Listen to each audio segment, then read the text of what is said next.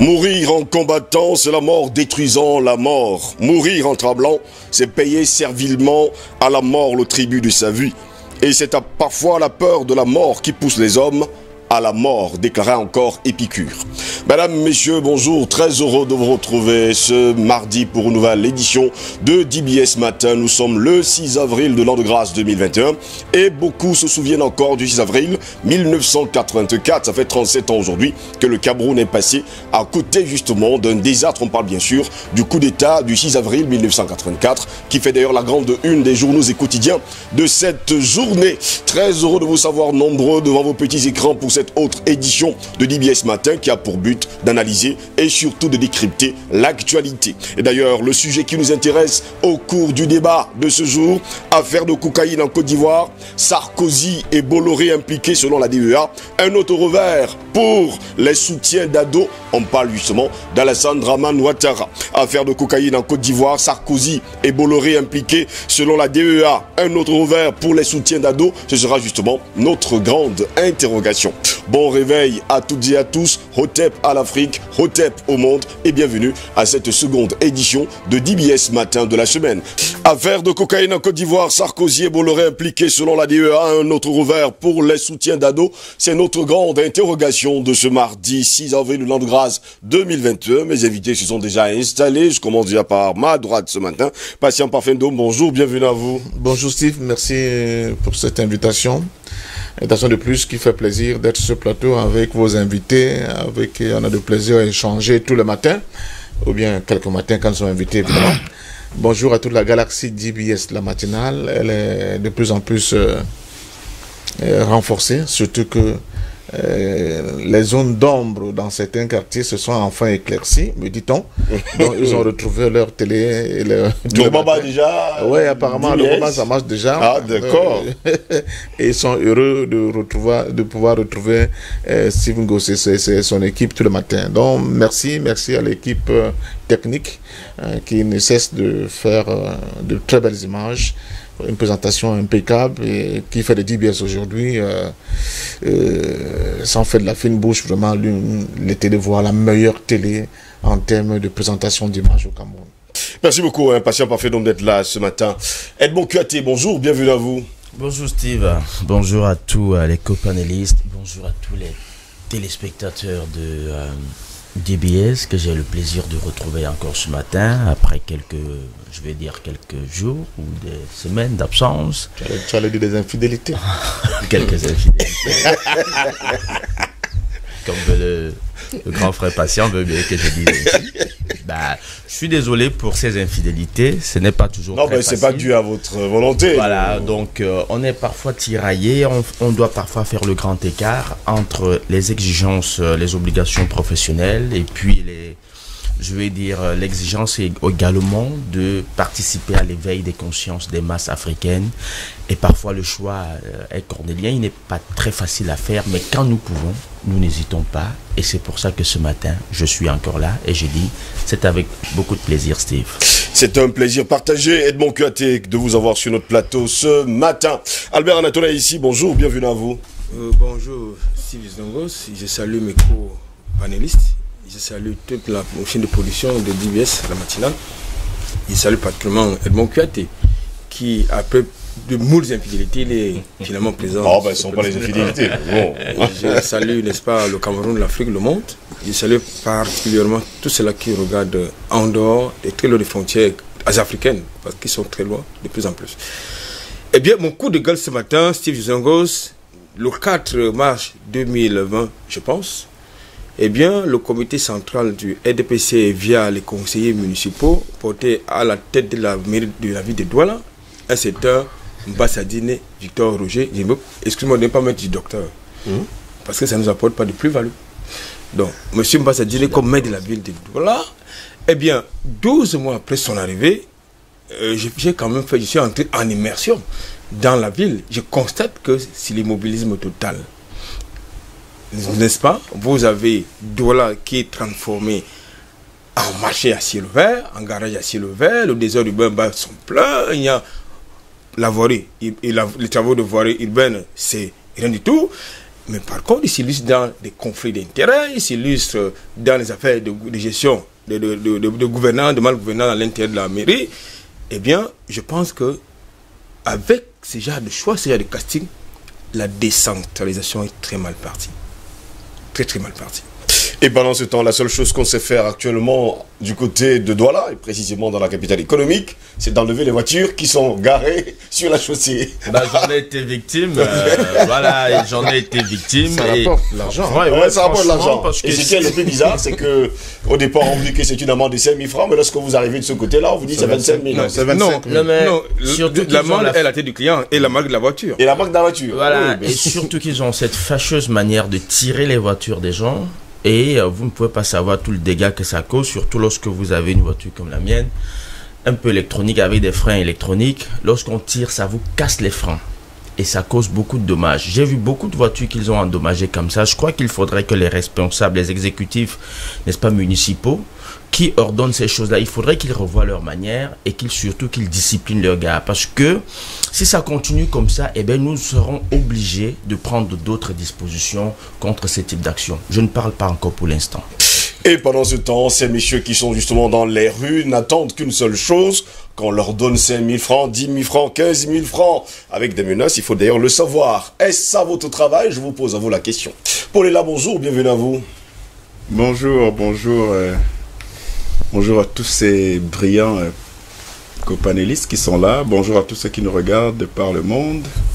Kwame, Erna, Kunet et tous les fidèles. Parmi les fidèles, ils sont nombreux. Et voilà, c'est un nouveau jour, c'est un nouveau thème. Et nous espérons être à la hauteur des attentes de nos téléspectateurs et fidèles soutiens de par le monde. En millions depuis quelques temps, et ça ne cesse de croître, le nombre de vos téléspectateurs. Et donc, voilà, je suis à votre disposition. Merci messieurs d'être là ce matin pour cette autre édition de, il faut le dire comme ça, des DBS Matin. Apparemment, patient parfaitement besoin d'une seconde de vous parler de Ali Mayatou, le secrétaire d'État qui est au ministère de la Santé publique, chargé des pandémies et des épidémies. Qui serait mort d'une épidémie ou alors d'une pandémie. Voilà. Donc c'est de rendre hommage, non? Oh, non, allez-y, rendez hommage. À l'illustre disparu. Oui.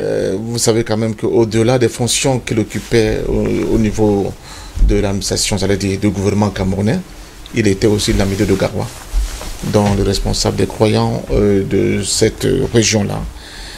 C'est quelqu'un qui était très effacé, qui était très affable.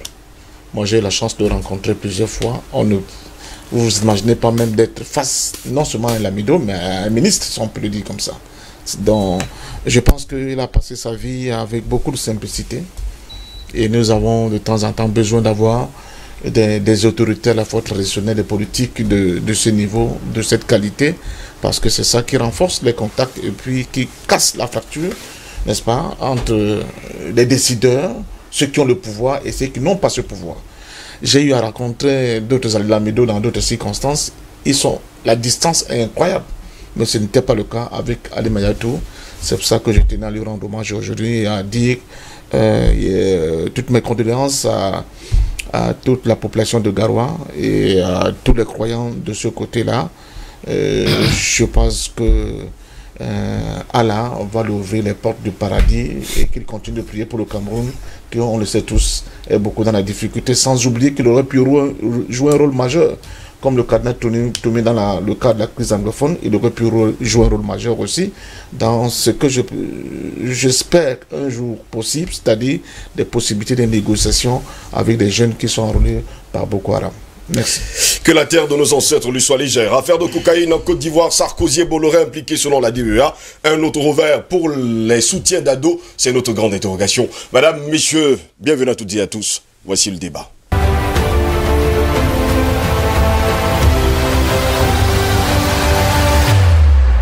Messieurs, selon des informations découlant d'échanges et de conversations, eh bien, le ancien Premier ministre ivoirien Ahmed Bakayoko a été éliminé pour éviter que l'enquête de la DEA s'étende à tout le régime de Ouattara et surtout aux deux gros poissons français, Sarkozy et sans oublier bien sûr Vincent Bolloré. Contrairement à ce qu'on pense, Ouattara a tenté, selon certains, d'empoisonner Bakayoko pour d'autres raisons encore plus graves qui vont certainement lui-même l'emporter. Selon certaines indiscrétions, c'est la France qui a intercédé auprès des États-Unis pour que la DEA lève le pied dans l'enquête concernant la Côte d'Ivoire. Peine perdue, la Côte d'Ivoire, il faut le préciser, ils ont repris de plus belle, avant, pendant et après la campagne présidentielle. Cette fois, les Américains ont frappé du poing sur la table et ont réclamé Bakayoko en temps sans Macron.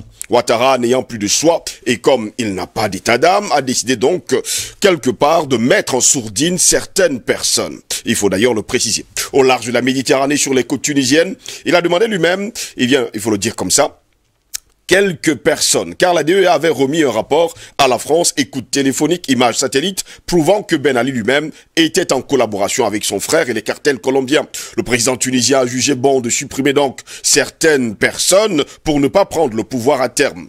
Et les enquêtes sur la Tunisie ont été arrêtés. Gbagbo, qui depuis la Belgique a ses réseaux, est persuadé que, eh bien, du côté de la Côte d'Ivoire, plusieurs choses finiront par être connues de tous. Eh bien, que Ouattara ne finira pas son mandat, raison pour laquelle l'opposition s'est lancée dans la course aux législatives. Cette affaire, Bakayoko reviendra également comme un boomerang sur le couple Ouattara et ils ne pourront rien y faire. D'ailleurs, on se rappelle de cette information de janvier dernier qui a touché justement, il faut le dire comme ça, l'État ivoirien. La communauté de la marine française et toutes ces saisies records sont assez troublantes. D'abord, pourquoi la marine française intervient loin de ses côtes, notamment dans le golfe de Guinée? Qui a véritablement le contrôle des ports de Guinée? Pourquoi cette drogue devait-elle transiter par Abidjan? Eh bien, les réflexions, les analyses nous conduisent à un dossier explosif dont la Côte d'Ivoire est au centre de cette, aujourd'hui, grande nébuleuse.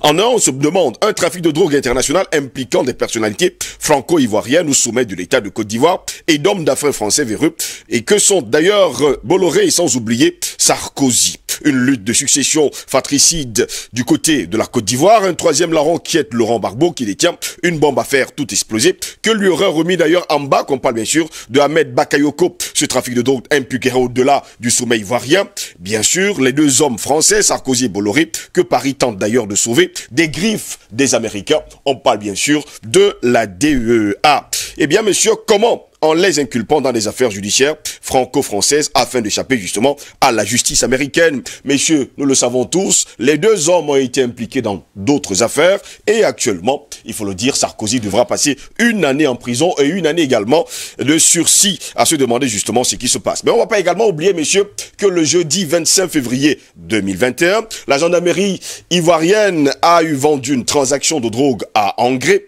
un quartier commun, il faut le dire comme ça, de Cocody à Abidjan. Les gendarmes tombent sur une saisie record, 1 tonne et 56 kg de cocaïne pure d'une valeur, il faut le dire, estimée à 25 milliards de francs CFA, soit 40 millions d'euros. Cette cocaïne coupée et revendue en détail vaut plusieurs fois, il faut le dire, ce montant. Comment cette drogue est-elle entrée dans le pays? Par quelle voie? Maritime, terrestre ou simplement aérienne? Nous nous interrogeons. Et d'ailleurs, messieurs, selon les sources sécuritaires, la drogue viendrait d'ailleurs du Paraguay. 2 personnes avaient été arrêtées. Eh bien, on se pose la question, pour qui travaillent-elles? Ces 2 personnes d'ailleurs, qui vivent, il faut le dire comme ça, dans la loi du silence, n'ont pas dit un seul mot sur ce qui se passe, bien sûr, dans ce problème de cocaïne du côté de la Côte d'Ivoire. Un an, il faut le dire auparavant, précisément en 2020, plus de 40 kg de cocaïne pure avaient été saisis dans les eaux territoriales ivoiriennes à bord d'un navire marchand en provenance du Brésil. Là encore, les suspects se sont tus et n'ont pas donné suite d'ailleurs de tous leurs propos. En 2019 également, messieurs, pour revenir toujours, une opération anti-drogue internationale avait permis de démanteler à Abidjan un réseau de trafiquants liés, dit-on, à la mafia italienne. 4 Italiens, membres de ces réseaux baptisés par les enquêteurs Spaghetti Connection ont été condamnés à des peines de 20 ans de prison. Par la suite, messieurs, ces personnes disparaîtront de la circulation. Plusieurs affaires démontrent, selon les spécialistes aujourd'hui, que la Côte d'Ivoire devient un pays de transit pour les trafiquants de drogue latino-américains cherchant à convoyer leur cocaïne vers l'Europe. Voilà l'affaire que nous mettons sur la table ce matin. Et pour se poser justement la question, je commence par vous, Edmond Kuaté. On ne va pas oublier cette date du 25 février 2021, tout juste il y a 2 mois à peu près. Il faut le dire comme ça. La gendarmerie a eu vendu une transaction de drogue, eh bien, dans le quartier de Angré, vous qui avez fait d'ailleurs la Côte d'Ivoire, du côté de Cocody, eh bien, les gendarmes sont tombés sur 1 tonne 56 kg de cocaïne pure d'une valeur de 25 milliards de francs CFA, soit 40 millions d'euros. Comment cette drogue arrive justement sur le continent africain? Comment cette drogue a pu arriver d'ailleurs du côté de la Côte d'Ivoire? Parce que jusque-là, on parle toujours de la loi du silence. Steve, il ne faut pas être naïf. Et moi, je ne le suis pas, je sais que vous ne l'êtes pas. De dire que la gendarmerie a eu vent et qu'ils sont tombés, non. C'était une organisation, c'était une opération bien organisée, visant à mettre un terme, ou plutôt à jeter de la poudre comme ça dans les yeux des uns et des autres et de donner l'impression qu'on est surpris. Non, c'était une opération bien connue parce que l'enjeu ici était de sacrifier un homme, de sacrifier un individu pour, n'est-ce pas, arrêter les enquêtes qui allaient se mener. C'est M. Ouattara et sa femme, il faut le dire, qui étaient au cœur de cette mafia, n'est-ce pas, de ce trafic-là. C'est eux qui ont décidé de sacrifier Ahmed Bakayoko. Il faut savoir que ça remontait un peu plus loin. Les problèmes commencent lorsque le ministre Sidiki Diakité, n'est-ce pas, prend les commandes de l'intérieur. C'est à ce moment que les problèmes commencent. Parce que lorsque le ministre Ahmed Bakayoko est au ministère de l'Intérieur, à l'époque, c'est lui, avec ses hommes, ses CDO, c'est lui qui contrôle un peu. Et donc, il a la possibilité de contrôler un peu les différentes courroies de distribution, que ce soit à l'arrivée, que ce soit à la réexportation. Il contrôle un peu tout. Et donc, lorsque le ministre Sidiki Diakité arrive à l'intérieur, il n'est pas préparé. On ne lui a pas dit ce qui se passe. Oui. Et donc, il tombe un peu sur ces informations. Il ne sait pas comment il doit se comporter, mais sauf qu'il se rend compte que c'est un circuit bien huilé et que chacun sait ce qu'il doit faire, sauf lui. Alors, quand il pose 2 ou 3 questions, ça hérisse un peu les poils des uns et des autres, mais on se dit, mais parce que les gens, les différents responsables qui étaient en charge de cette question-là savaient que lorsqu'on envoie un chef de département, il est préparé, il est moulé, il est au cœur de l'information. Mais ce n'était pas le cas de Sidiki Diakité, qui commençait à poser beaucoup de questions. Et voilà, Monsieur Ahmed Bakayoko fait vite d'en parler avec Dominique Ouattara, qui elle aussi en parle avec son époux et lui dit, mais écoute, je crois qu'on a fait une erreur. Et c'est comme ça que le ministre, le général Vagondo Diomandé, est chargé de faire de l'ordre. Et puis du jour au lendemain, le ministre Sidiki Diakité se retrouve à l'administration du territoire. Donc on l'enlève de là et on met quelqu'un qui est moulé, qui est bien au parfum, qui connaît bien la chose. Mais seulement Sidiki Diakité a fait un peu de bruit, il a fait beaucoup d'erreurs et du coup la DEA décide donc de se saisir de l'affaire. C'est comme ça que ça part. Et du jour au lendemain, la DEA a essayé de mener les enquêtes et s'est rendu compte dans un premier temps que la mafia était très organisée. Faut être naïf de croire que Ahmed Bakayoko aurait pu prendre sur lui de se servir des appareils de l'État au plus haut niveau pour organiser un tel trafic pendant longtemps sans que le premier, n'est-ce pas, des responsables de la... Mais c'est lui justement qui avait été accusé au départ, au début déjà de cette année 2021. Oui, c'est pour ça que j'ai dit il faut être naïf de croire qu'il l'a fait pendant longtemps en se servant, n'est-ce pas, des appareils de l'État, des services de l'État, service de renseignement, service de sécurité, sans que le premier, n'est-ce pas, des responsables du pays, je veux parler de Ouattara, sans qu'il ne soit informé. Il faut être naïf de le croire. Il faut être naïf, par exemple, de croire que M. Mbargangele, par exemple, qui rentre au Cameroun, va utiliser la DGSN pour organiser un trafic de drogue sans que le Premier ministre n'en soit informé, sans que le président de la République n'en soit informé, et que vous le fassiez. Vous utilisez l'aéroport, vous utilisez le port, vous utilisez tous ces services-là sans que jamais l'exécutif n'en soit. Il ne faut pas être naïf dans la vie. Je crois que le problème, c'est que au Cameroun, je vais dire en Afrique, parfois nous sommes très naïfs. On veut bien croire tout ce qu'on nous sert là. Non, il ne faut pas être naïf. Et donc, la DEA a informé, la DEA mène les enquêtes et se rend compte que, je vais dire, la chaîne est très longue et que les responsabilités sont énormes et les plus insoupçonnées. C'est pas un hasard que M. Bolloré veut avoir la main mise sur tous les ports. Ce n'est pas seulement pour ce que vous connaissez, parce une affaire de transport, de logistique. Non, lorsqu'il décide de mettre la main sur tous les moyens logistiques d'un pays, terre, mer, je vais dire ferroviaire et tout. Non, c'est parce que ils ont d'autres projets. Et donc, vous savez que la personne qui s'est battue corps et âme, qui a tout fait pour que M. Ouattara soit parachuté à la tête de la Côte d'Ivoire, eh bien, c'est son parrain, Nicolas Sarkozy. Oui. Non, allez-y, je vais vous dire, lorsqu'on décide de mener une opération comme celle qui a été menée en Côte d'Ivoire, avec à la clé plus de 50 000 morts, parce qu'aujourd'hui on veut, n'est-ce pas, limiter la crise ivoirienne à la crise 3 000 morts. À la crise post-électorale. C'est faux. Lorsqu'on décide de mener une telle opération, sacrifier autant de vies, non, ce n'est pas pour rien. Monsieur Sarkozy savait pourquoi il mettait M. Ouattara à la tête de la Côte d'Ivoire. Ils avaient des ambitions bien nourries. Et donc, il faut trouver des moyens de se faire de l'argent. Ce n'est pas seulement pour aller voler un peu d'argent du contribuable pour donner à M. Sarkozy. Donc ça ne se passe pas comme ça. Le budget de la Côte d'Ivoire, c'est combien? À peine 8 000 milliards de francs CFA. C'est rien ça. S'il faut, n'est-ce pas, satisfaire tous les gros bonnets, surtout en euros, vous voyez que ça devient minable. Vous prenez 8 000 milliards, ça fait à peine, je vais peut-être 15 millions, je sais pas, 15 milliards d'euros, ouais, 15 milliards d'euros. Donc ça c'est rien. 150, on peut le dire voilà, comme ça. donc s'il faut donner un peu d'argent à tout le monde, ça c'est rien.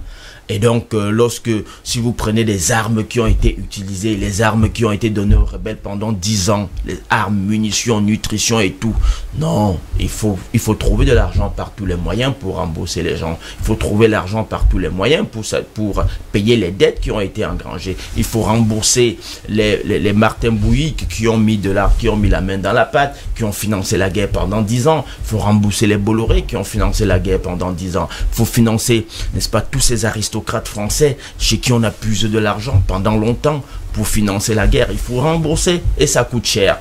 Et parfois, ce n'est pas seulement l'argent du contribuable ivoirien qui va permettre de rembourser cela. Il faut aller trouver des ressources ailleurs. C'est pour ça qu'ils ont mis, n'est-ce pas, ils ont organisé toute cette mafia de drogue, de cocaïne, qui partait justement du Paraguay et on parle également du Brésil. Du Paraguay également. Et de l'Italie. Non, ça partait du Brésil, du Paraguay. Pour l'Italie.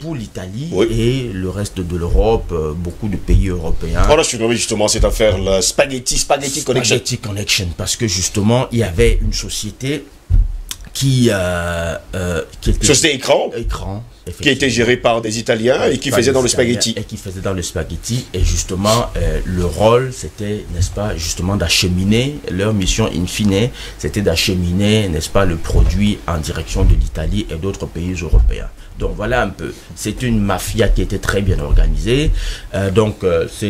C'est l'arrivée malheureuse de Sili Kidia qui était à la tête, n'est-ce pas, de ce ministère-là, ministère de l'Intérieur. C'est lui qui va attirer l'attention de la DEA. Et puis vous savez, lorsque les trafics de cocaïne dépassent déjà une certaine quantité, atteignent déjà un certain tonnage, c'est la DEA, par le monde entier, c'est la DEA qui s'occupe de 1056 kg le 25 février dernier. Effectivement. Et donc, lorsque... C'est beaucoup quand même, voilà, Edmond. C'est beaucoup, ça c'est rien, ça c'est peanut par rapport à ce qui s'est fait. Coupé, revendu, ça vaut au moins encore 10 fois le prix. Hein. Oui, mais c'est dit, ça c'est peanut par rapport, ça c'est ce que M. Ouattara et sa femme, c'est ce qu'ils ont décidé de sacrifier pour donner l'impression qu'ils ne sont pas au courant, ils combattent la lutte contre la drogue.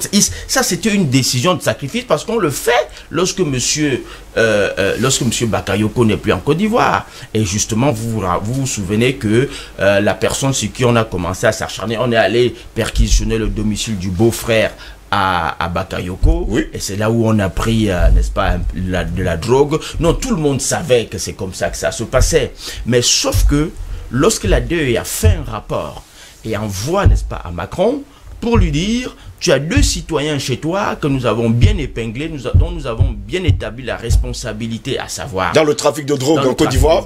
À savoir ce bandit, ce narcotrafiquant de Sarkozy, ce Nabo, dont je n'aime pas trop voir la photo parce que ça me donne des cauchemars la nuit, et l'autre Bolloré. Lorsque la DE a fait ce rapport pour envoyer au service secret français et qui atterrit sur la table de Macron pour lui dire « Nous avons épinglé la responsabilité de 2 de tes concitoyens et pas n'importe lesquels, dans le trafic de drogue en Côte d'Ivoire. » Monsieur Macron qui saisit Ouattara pour lui dire c'est quoi cette histoire, et donc monsieur Ouattara, pour tenter de se justifier, de se blanchir et prouver aux yeux du monde qu'il n'y est pour rien, qu'il ne connaît rien, alors il décide de sacrifier Ahmed Bakayoko. C'est comme ça qu'ordre est donné à la gendarmerie d'aller perquisitionner le domicile. Tout le monde savait que c'est là-bas, chez le beau-frère d'Ahmed Bakayoko, que le business qu'on stockait une partie, pas la totalité, une partie de la drogue, et puis c'est là-bas qu'on faisait le reconditionnement et tout.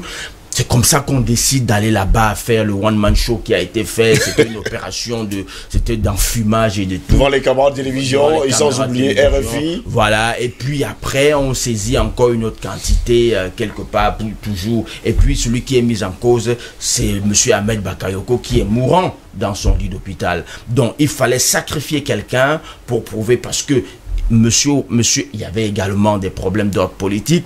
C'est un peu compliqué, c'est politico, trafico et tout ce que vous pouvez imaginer.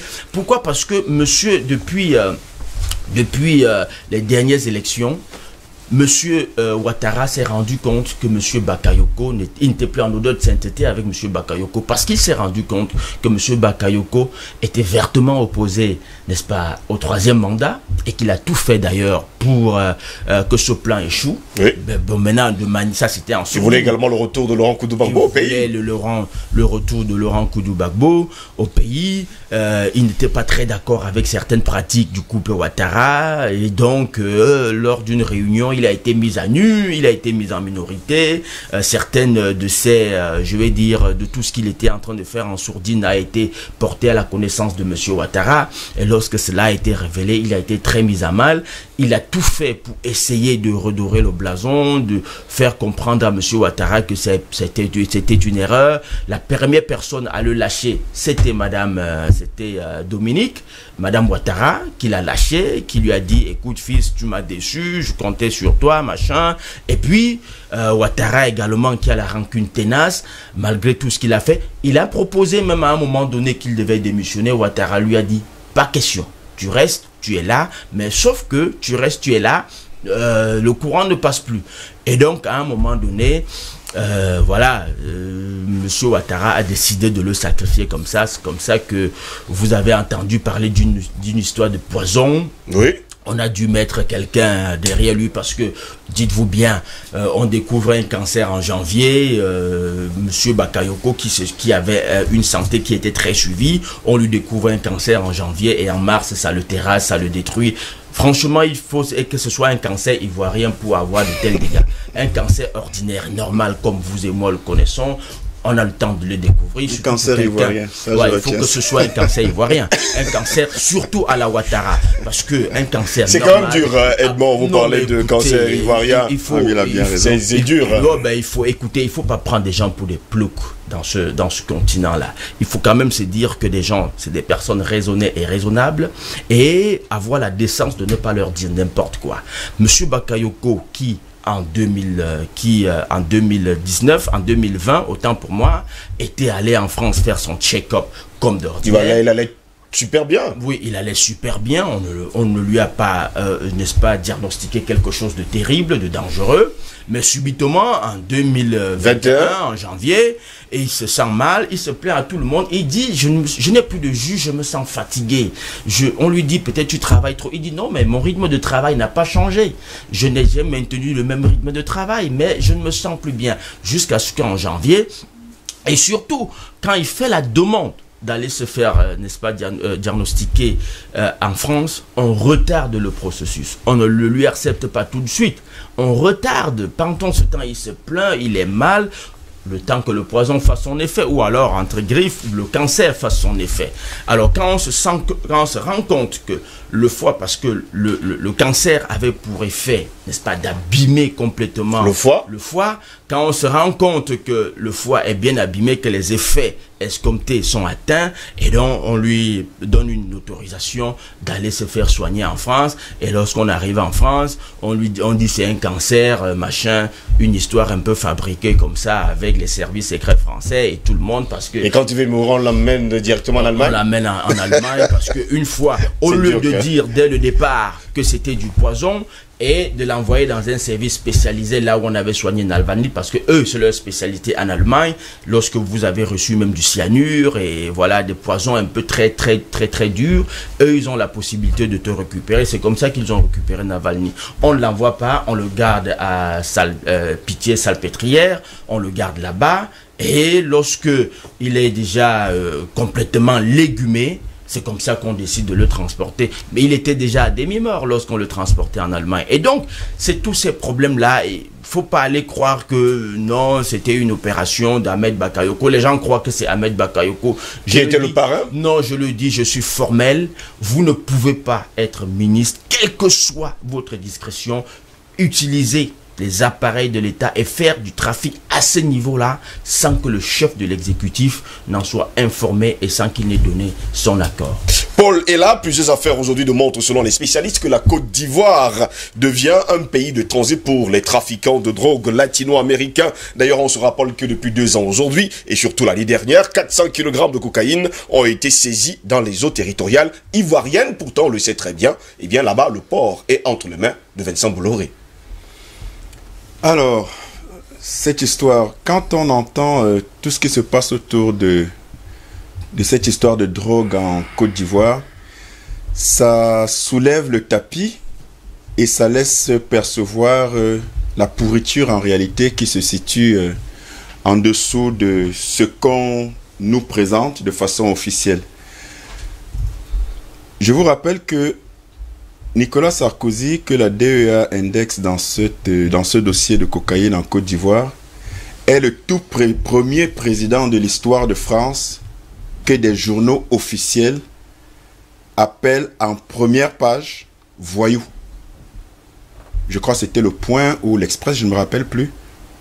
Mais c'est la première fois de l'histoire que des journaux, des médias officiels qui ont pignon sur rue, appellent et titrent leurs journaux avec l'image, la photo du président en exercice et titre ce journal-là en première page « Voyou » en traitant Nicolas Sarkozy de voyou. Alors, quand on se souvient de ça, on se dit que ces gens avaient peut-être déjà eu la graine et qu'ils savaient de quoi ils parlaient.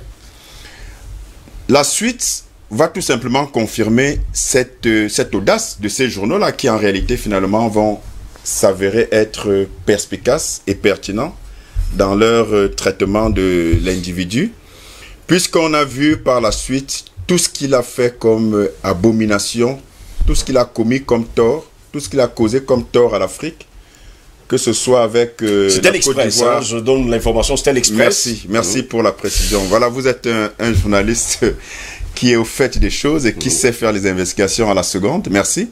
Et donc, vous avez Laurent Gbagbo en Côte d'Ivoire. On a revu lors d'une émission dernièrement l'humiliation dont il a été victime. C'était l'œuvre de Sarkozy. Edmond Kouyaté a rappelé tout à l'heure les milliers, les dizaines de milliers de morts qu'on veut minimiser en parlant de 3000 morts, alors que comme il le dit si bien, c'est beaucoup, beaucoup plus. Au-delà de la crise post-électorale, on a vu les manœuvres de bassesse, je ne sais pas comment appeler ça. Je ne sais pas quel est le mot qui est plus indigne que le mot bassesse. Mais on a vu des scènes théâtrales d'un ridicule extraordinaire où des gens simulaient, des femmes simulaient d'avoir été tuées par l'armée régulière de Laurent Gbagbo, alors qu'après, on entendait des voix qui leur disaient « Ne vous levez pas encore, le tournage n'est pas fini ». Tout ça, c'était l'œuvre de Sarkozy. On l'a vu acharné contre la Libye de Kadhafi. On l'a vu organiser l'assassinat de Kadhafi. Et on peut citer tellement d'horreurs et d'abominations sur le compte de ce voyou, de Sarkozy. Et si on pensait encore que du fait de notre grief contre Sarkozy et de notre on va dire, notre envie prétendument de le salir ou de le dénigrer, il y a quand même que la justice française, cette fois-ci, l'a bien condamné et que ça ne fait que confirmer ce qui apparaissait jusqu'ici, ce qui pouvait encore apparaître jusqu'ici comme une cabale contre Nicolas Sarkozy. C'est un véritable voyou. Et quand on est voyou et qu'on est à la tête de l'État, on organise son banditisme et son voyoutisme avec ses petits copains. Et l'un de ses petits copains, justement, c'est Bolloré.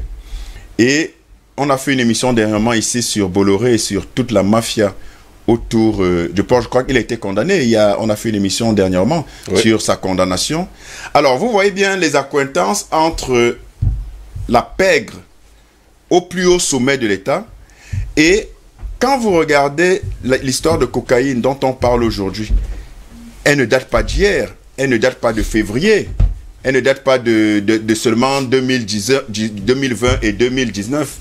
Rappelez-vous qu'en 2014-2015, vous avez entendu parler de Air Cocaïne, qui impliquait déjà Nicolas Sarkozy, qui avait déjà fait l'objet d'une enquête. Rappelez-vous également que aujourd'hui, et ça ne date pas que d'aujourd'hui, et allez comprendre quelque chose, puisque c'est depuis le mandat de Sarkozy que cette réalité est factuelle, la DEA, dans ses enquêtes, a établi que la Côte d'Ivoire est depuis quelques années, en tout cas plusieurs années, un hub privilégié de transit de cocaïne entre l'Amérique latine et l'Europe, notamment l'Italie.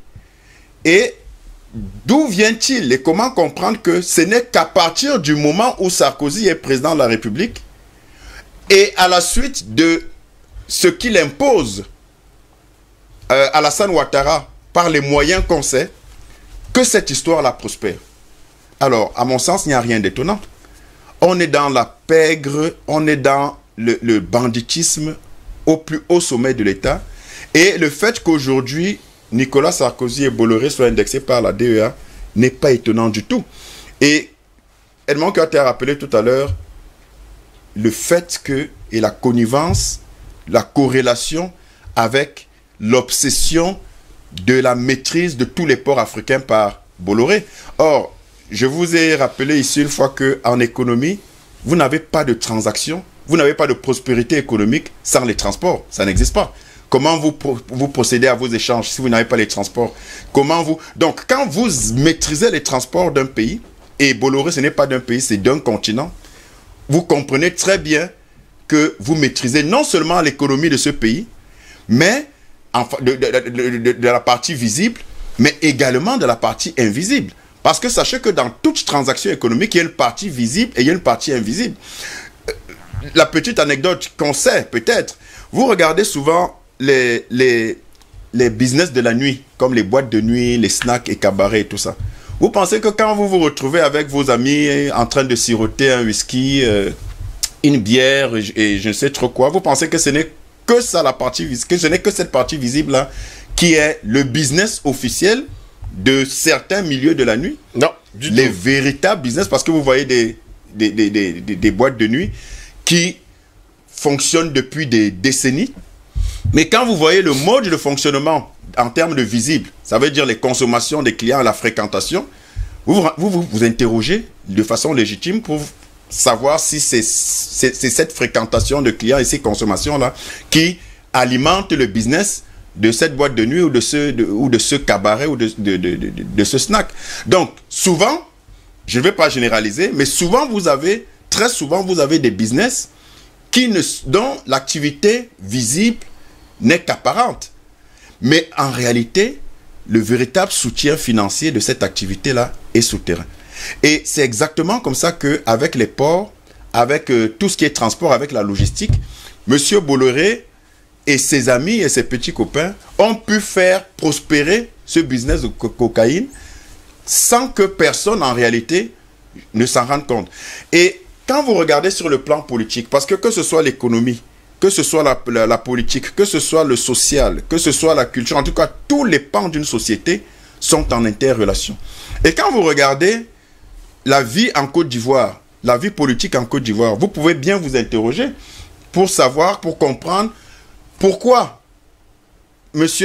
Alassane Ouattara a tout fait pour se maintenir au pouvoir, pour un troisième mandat, alors qu'il avait bien précisé qu'il ne se représenterait pas.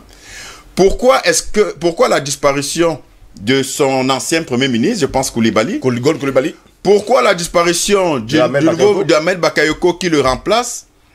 Et pourquoi cette obsession à maintenir Gbagbo hors de la Côte d'Ivoire, alors qu'en réalité, dans votre plan politique, c'était prévu que non seulement il rentre, mais aussi que M. Ouattara ne se présente plus. Comment comprendre que c'est après que tout cela se soit passé, toute cette série d'événements-là, la mort des deux premiers ministres, le maintien au pouvoir de Ouattara, le maintien à la CPI de Gbagbo, malgré son acquittement en 2019, comment expliquer le fait que c'est après cette série d'événements-là que on libère justement Laurent Gbagbo et Charles Blé Goudé? Et que par la suite, on le libère, mais qu'avant qu'on le libère, on annonce la fin du mandat de Fatou Bensouda comme procureur de la CPI. C'est justement de très belles... Ça fait beaucoup trop de rapprochements, oui, de connivence, de coïncidence, si tant est qu'il s'agit de coïncidence. Donc, vous comprenez qu'il y a effectivement une mafia autour, et je doute fort, en tout cas c'est mon souhait, que les choses ne s'arrêtent pas en si bon chemin, et que le dénouement continue de se faire, et que les véritables coupables, quelle que soit leur position, soient mis à nu, et qu'ils soient exposés, et qu'ils payent enfin le lourd tribut de ce qu'ils ont fait payer à Laurent Gbagbo et aux Ivoiriens qui sont morts par milliers, jusqu'ici de façon impunie. Et donc, on observe impatiemment et on attend de voir la suite. Patient parfait, donc ce n'est pas la première fois qu'on implique, que Sarkozy est impliqué dans un trafic de drogue. Tout à l'heure, Paul l'a souligné d'ailleurs, Air Cocaïne. L'ancien président français avait été géolocalisé et ses communications téléphoniques détaillées sur demande de la juge d'instruction en charge de l'affaire Air Cocaïne. On s'est rendu compte justement qu'il était impliqué dans un gros, il faut le dire comme ça, trafic de drogue, qu'on a surnommé d'ailleurs en France. Les journaux ont fait d'ailleurs leur pris plaisir à titrer et à donner d'ailleurs le nom à cette affaire Air Cocaïne. Mais surtout parce que les pilotes qui s'occupaient de ce transfert-là, ouais, les pilotes, oui, étaient des pilotes français qui ont été arrêtés en République dominicaine et condamnés à 20 ans de prison chacun. Et la France a réussi par le biais de ses services de renseignement, de barbarie extraordinaire, de filtrer ces pilotes-là qui ont été sortis de prison, on ne sait pas très bien comment, et qui se sont volatilisés comme ça dans la nature. Bon, ce n'est pas ça qui est important. Ce qui est important dans cette histoire, c'est de lire et de lier les événements. Oui. D'abord, commençons par le personnage de M. Nicolas Sarkozy. Vous avez vu Le Parrain? Oui, Le Parrain. Première, deuxième et troisième partie. Voilà, c'est un très beau film qu'il faut recommander aux jeunes générations. Oui. J'ai été sur un plateau hier, je me suis rendu compte que les générations d'aujourd'hui qui veulent être des gens qui expliquent des choses au commun des Africains, des Camerounais, ne font pas l'effort de se cultiver. De lire et surtout de regarder de bons films. Vraiment de se cultiver. Ils sont par exemple ignorants même de l'histoire récente de la politique au Cameroun, même depuis 90. Ça c'est très grave. Bon, donc je recommande ce film Le Parrain aux jeunes qui nous regardent, pour qu'ils comprennent. Surtout la belle troisième partie, hein. 9 Oscars sur 2 Oscars. Qu'ils comprennent très bien. Deuxièmement, toujours pour cet individu de Nicolas Sarkozy, moi, je me suis toujours posé des questions. Il a une mimique. D'abord, il est très, très agité. Après, il a l'habitude de faire ça. La cocaïne. Alors, tout le monde sait, dans le monde réel, tout à l'heure, la part du monde de la nuit, quand on a fini de découper, quand on veut sniffer, quand on finit de sniffer l'affaire, on fait comment? C'est toi qui as attiré mon attention sur cette histoire. Ah et bon? c'est pertinent. Ah bon? C'est très pertinent. Je donne notre information. Les services de renseignement français vont contester ou pas. Dans certaines permanences d'un certain parti politique dirigé par un certain individu en France, c'était service libre. Après les longues réunions. Ils le savent. Ce n'est pas parce que les gens pensent que les Africains, on ne veut pas dire la vérité. Je donne notre information. Un autre Africain était l'un des permanents de ce parti politique. Je m'arrête là pour l'instant. Bon, c'est pour dire quoi? C'est pour dire que depuis un certain temps, il y a un faisceau d'indices qui tend à démontrer que, parce que Sarkozy, avec tout ce qui trimballait comme grelot, il a oublié qu'à un moment donné, parce qu'on lui a dit, monsieur, écarte-toi de la politique. Si tu insistes, on va faire teinter vraiment tous les grelots que tu as accrochés à tes chevilles. C'est ce qui lui arrive. Parce qu'en réalité, ceci n'est possible aujourd'hui que parce qu'à l'intérieur de la France politique, il y a déjà des bisbilles. Et on écarte ceux qui sont sur le plan moral pas très hygiéniques. S'ils veulent insister comme ils ont essayé d'insister, on leur rappelle à l'ordre violemment. Pour ceux qui font semblant de penser qu'on raconte des histoires sur le sexe des anges, il faut leur expliquer que dans un pays qu'on appelle le Panama, un président de la République, sur la base des investigations de la DEA, la Drug Enforcement Authority, c'est une agence américaine qui s'occupe des questions de trafic de drogue. Ils sont venus, l'armée américaine, après des décision de venir débarquer, l'administration américaine d'ailleurs, de débarquer un chef d'État et le gars est tué en prison chez eux. C'est Noriega. Tu m'abuses. Jusqu'au jour d'aujourd'hui. C'est lui qui avait déclaré lors de son arrestation, justement. C'était le pont, c'est-à-dire que c'était la passerelle par excellence pour inonder les États-Unis en cocaïne. Oh, ils sont dans cette bagarre-là depuis pour essayer d'endiguer, n'est-ce pas, ce phénomène. Sauf que, une fois de plus, eux-mêmes ils sont impliqués. Je reviens encore dans mes sauf que. C'est que le monde capitaliste vit de ce trafic illicite. C'est ça qui nourrit, qui constitue l'oxygène de ce monde capitaliste. Mais posez-vous la question. Comment nous sommes dans un monde, quand on dit de démocratie, de justice, de liberté, de sévérité par rapport aux comportements qui ne sont pas, j'allais dire, potables, on peut permettre quand même qu'il y ait des paradis fiscaux. À quoi ça sert les paradis fiscaux? C'est pour blanchir l'argent de ce commerce illicite et continuer d'entretenir, n'est-ce pas, le capitalisme dans sa forme la plus barbare qu'on connaît aujourd'hui. Alors, quand vous êtes un petit nègre, excusez-moi le terme, mais il est approprié, quelque part, dans un coin perdu qu'on appelle la Côte d'Ivoire, et quand vous sert le pouvoir sur un fleuve de sang, comme ce fut le cas de M. Ouattara, vous pensez qu'il n'y a pas de retour d'ascenseur? Forcément. Et c'est quoi ce retour d'ascenseur? Ça va être quoi? Ça va être que petit, on t'a mis là, pas le bruit que tu fais les croissants à 2 chiffres. Nous, on a un business qui doit transiter pour toi, pour inonder nos marchés en Occident. Ce sont des compensations. Je dis que nous sommes dans l'analyse. Oui. Donc, c'est dans, comment dire ça, dans le monde, dans les problématiques du possible. Ce sont des possibles. Nicolas Sarkozy, après avoir été épinglé dans plusieurs affaires, il a fait une déclaration lui-même en France. Il a dit qu'il se retire du monde de la politique. Oui. Macron a souffert. Parce que c'est que avec la gestion de Covid et d'autres choses, Macron a un bilan qui n'est pas... En réalité, devoir encore empiler, ça va être un peu... Compliqué. Seulement tiré par les cheveux en termes de projection. Mais, au lieu de s'en tenir à ce qu'il avait dit, cet individu a commencé à jouer les missiles dominici de toute la classe de la droite. On venait le contacter, on venait prendre conseil, on venait... Alors Macron s'en rendu compte que ce type n'a pas encore compris la leçon. Malgré tous les casseroles qui traînent, il veut insister. Alors, dans le projet de Macron, il faut, en France, au second tour, avoir un mano à mano entre Marine Le Pen et Marine Le Pen. Oui. C'est du pain béni pour Macron. Vous le savez tous, pour ceux qui étudient ou bien regardent un tout petit peu la politique française. C'est son élection assurée.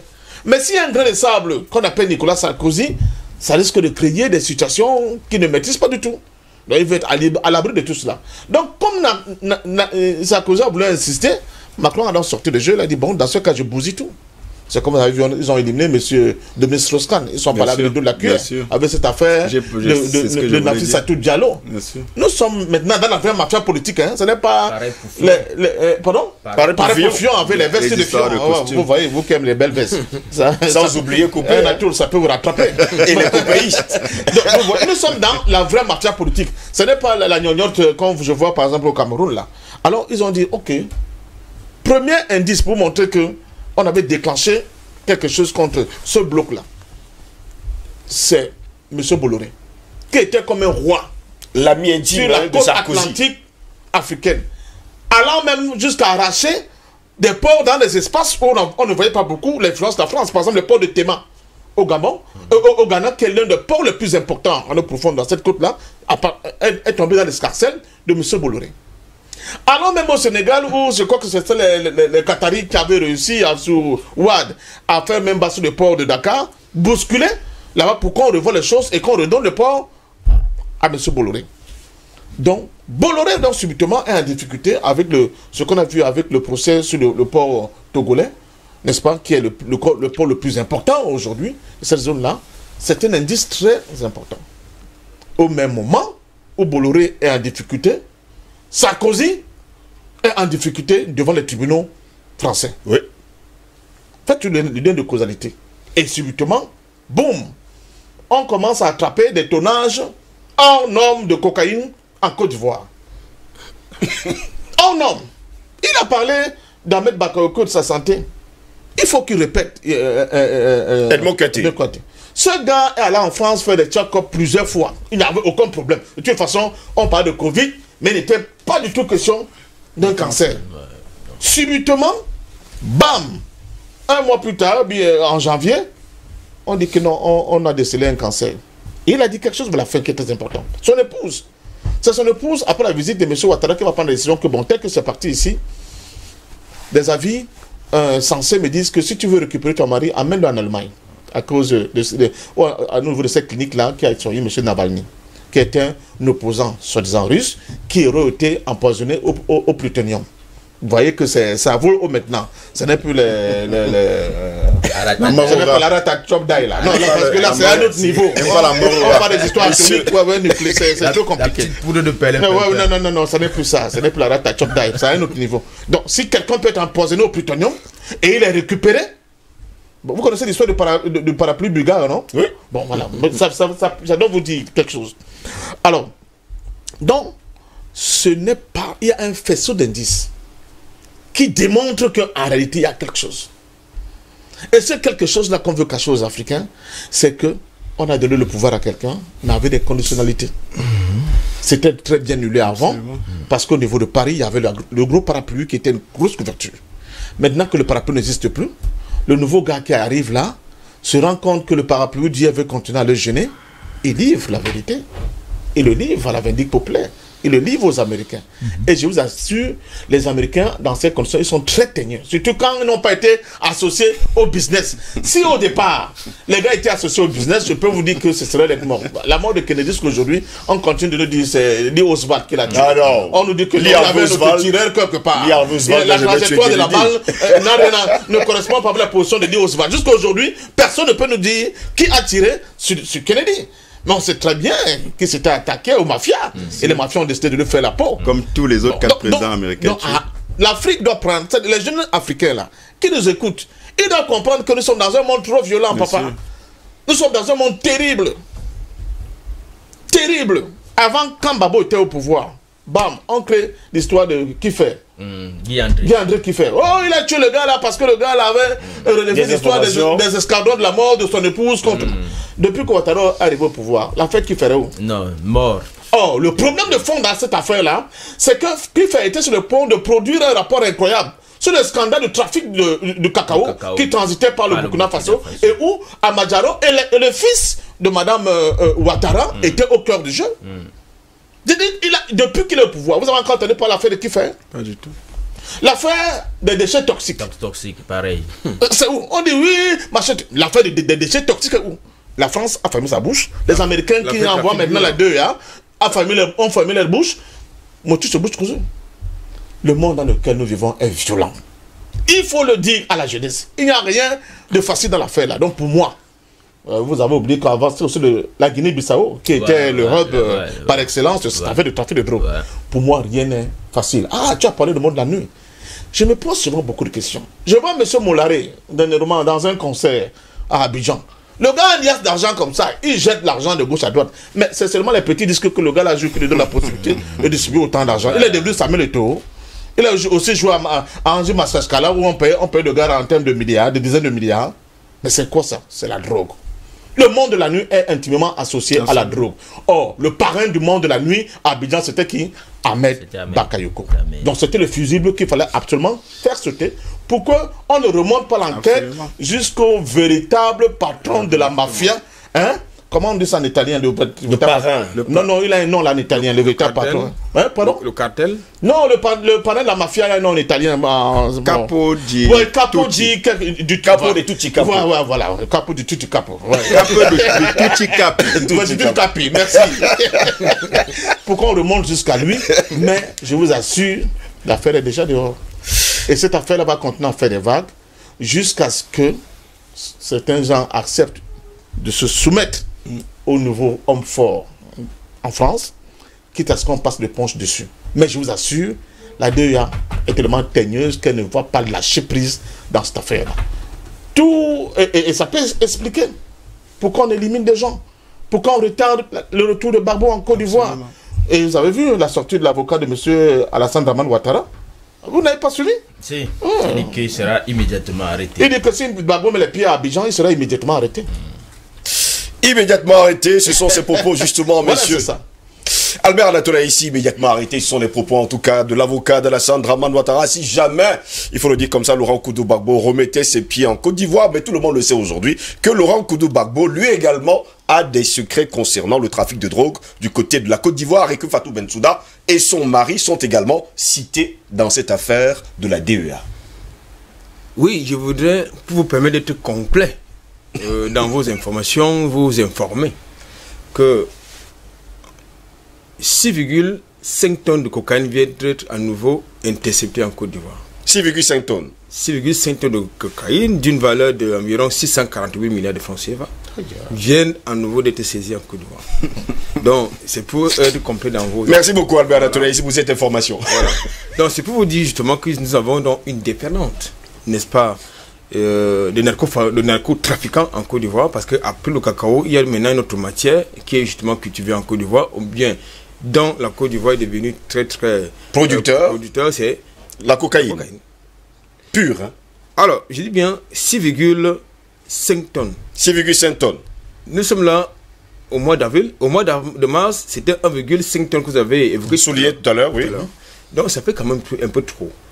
Et justement, pour faire complet dans cette affaire-là... Excuse-moi, et ça, c'est pour ce qui est dit. Ceci qui est dit. C'est ce qui est dit. Oui, pour aller dans ton sens. Je crois que mes jeunes frères de Kati Makéa, vraiment, ils voient des étoiles. Ce n'est pas leur niveau. C'est pas leur niveau. Non, c'est pas... Non, le niveau est très élevé. Non, les jeunes de Kati Makéa, ils sont dans le chambre indien, c'est pas dans le manga. Ils sont pas dans la cocaïne. Il y a sur la cocaïne, non, il y a sur la cocaïne. Ah bon, c'est vrai? Les renseignements le savent. Donc. Ah d'accord. Et qui sévissent parce que, bon, je ne le dis pas par hasard. Il y a une autre question, ils appellent ça le caillou. Ouais, le caillou, ouais, le caillou. Bon, alors, je pense que c'est bien quand même embêtant que la Côte d'Ivoire devient la plaque tournante, n'est-ce pas? Remplace inéluctablement la Guinée-Bissau. Devient la plaque tournante, n'est-ce pas, du trafic de cocaïne. Oh, oui. Et c'est un véritable danger justement pour les jeunes Ivoiriens. D'abord, parce que lorsque vous avez un tel marché, eh bien, ça devient très compliqué. Et il s'agit, autant le dire, il s'agit, n'est-ce pas, d'un trafic qui est alimenté à l'intérieur et par les cadres d'un certain parti politique qui est très proche du pouvoir d'Abidjan. Ça faut le dire. Et à l'intérieur de ce parti que vous connaissez, qui est très proche du pouvoir d'Abidjan, vous avez des cadres à l'intérieur de ce parti, il y a également des élus qui ont une immunité parlementaire, qui animent cela. Et ça part donc du petit douanier jusqu'au très haut sommet de l'État ivoirien. Parce que quand même, pour que la drogue entre en Côte d'Ivoire, il va quand même falloir briser, n'est-ce pas, les barrières douanières. Ce qui suppose donc que, soit de deux choses l'une, soit les barrières douanières sont très poreuses en Côte d'Ivoire, soit il y a des complicités à l'intérieur de la douane ivoirienne. Moi, je plaide pour le deuxième cas. C'est-à-dire que la drogue ne peut pas entrer en Côte d'Ivoire sans l'implication des douaniers.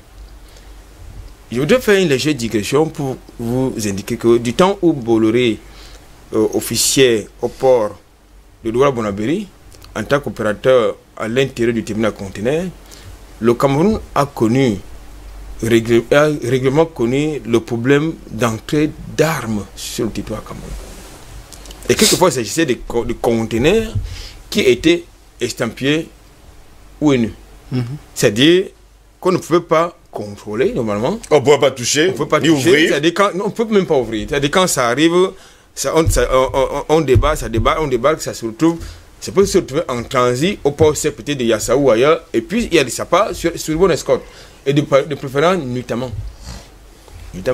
Et ça correspond justement à cette période correspond justement à la montée en puissance de Boko Haram du côté de l'extrême nord.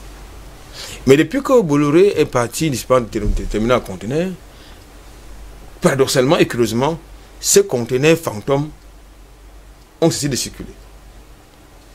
Et c'est la même situation justement qui se présente de plus en plus en Côte d'Ivoire, où Bolloré justement a le monopole de l'exploitation du port d'Abidjan. Donc tout et n'importe quoi ça entre sans aucun contrôle, sans aucune surveillance. Vous avez les armes, vous avez la cocaïne, tout ce que vous voulez, tout le foutoir que vous voulez. Tout à l'heure, c'est également une légère digression, Parfait Ndom a souligné un gros scandale.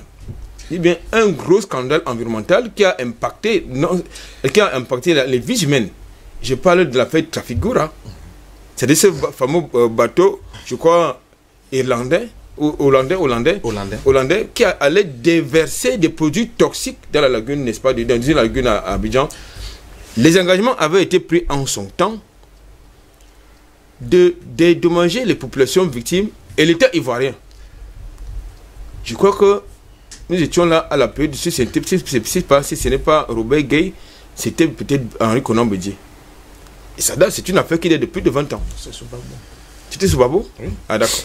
Alors, ce qui fait donc et ça s'est passé, n'est-ce pas, avec la complicité, justement, des opérateurs du port d'Abidjan. C'est ça. Et aujourd'hui, c'est le même opérateur qui est toujours en train d'exploiter ce port-là.